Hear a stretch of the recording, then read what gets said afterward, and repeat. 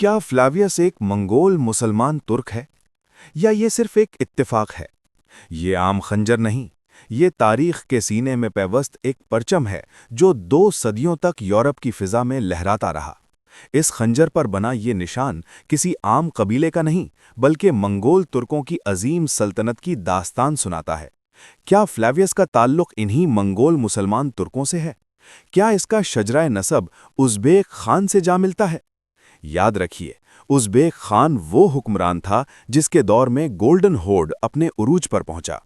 یہی وہ دور تھا جب منگول سلطنت نے اسلام قبول کیا اور یورپ کے وسیع علاقوں پر حکمرانی کی۔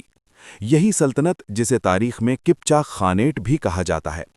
13ویں صدی میں قائم ہونے والی یہ طاقت سائبیریا سے لے کر مشرقی یورپ تک پھیلی ہوئی تھی۔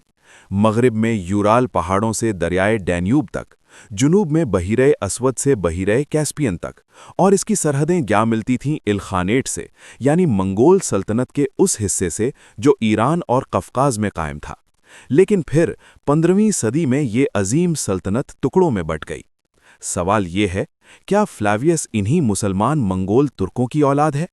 کیا اس کے ہاتھ میں موجود خنجر صرف ہتھیار نہیں بلکہ اس کی پہچان ہے؟